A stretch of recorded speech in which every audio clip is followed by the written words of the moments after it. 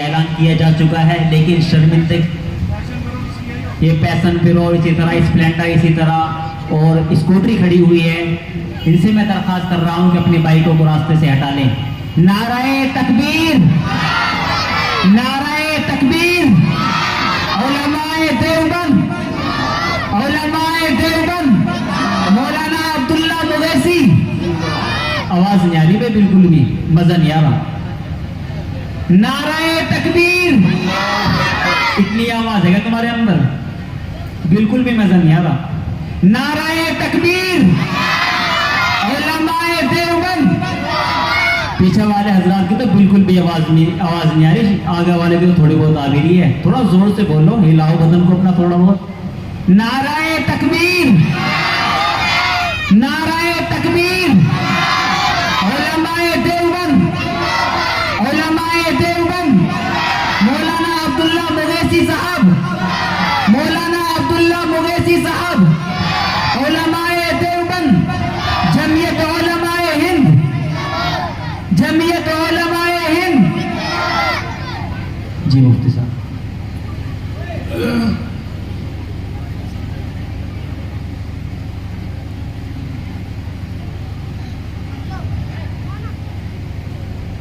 میرے عزیزوں، میرے اور آپ کے لیے بڑی سعادت کی بات ہے کہ ہمارے علاقے کے ولی کامل، صوفی وقت، مرد مجاہد آج میری اور آپ کی سرزمین پر تشریف لا رہے ہیں۔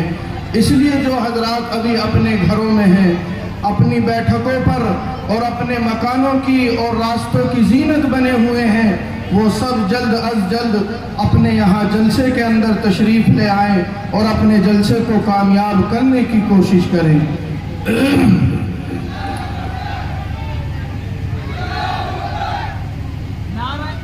نعرہ تکبیر، مولانا عبداللہ مویسی، مولانا عبداللہ مویسی، علماء دیوبند، علماء دیوبند، مولانا عبداللہ مویسی، مدرسہ مدینہ العلوم، مدرسہ مدینہ العلوم۔ زور سے بولو بھی مزہ نہیں آ رہا، حضرت والا ہمارے درمیان تشریف لا چکے ہیں، اس لیے تمام حضرات زوردار نعرہ لگائیں۔ نعرہ تکبیر، نعرہ تکبیر، مولانا عبداللہ مویسی، مولانا عبداللہ مویسی، مولانا عبداللہ مویسی۔ جو حضرات کار کے پاس کھڑے ہوئے ہیں ان سے میری درخواست ہے کہ وہ شانتی کا ماحول بنائے رکھیں اور پنڈال کے اندر تشریف لے آئیں۔ حضرت والا کو کوئی بھی زحمت دینے کی کوشش نہ کریں، لہٰذا تمامی حضرات سے میری گزارش ہے کہ وہ پنڈال میں آ جائیں۔ آ جاؤ بھائی، ماشاءاللہ آپ نے بہت عمدہ استقبال اپنے حضرت کا کیا ہے، اور جس سنجیدگی سے آپ سن رہے تھے اسی طرح بھائی آگے آ جاؤ۔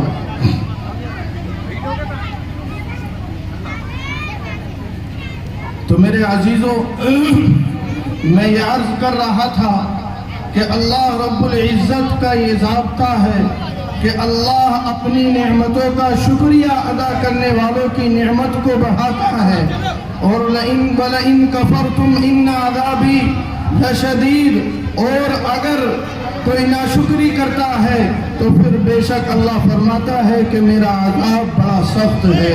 تو پتہ چلا کہ اللہ نعمتوں کو جو شکریہ ادا کرنے والا ہوتا ہے، نعمتوں کی قدردانی کرنے والے ہوتے ہیں، اللہ ان پر اپنی نعمتوں کا، اپنے احسانات کا، اپنی رحمتوں کو اور زیادہ اضافہ کر دیتے ہیں اور بڑھا دیتے ہیں، اور خوب موسلادھار بارش کی طرح اللہ کے انعامات اور احسانات ان پر ہوتے ہیں۔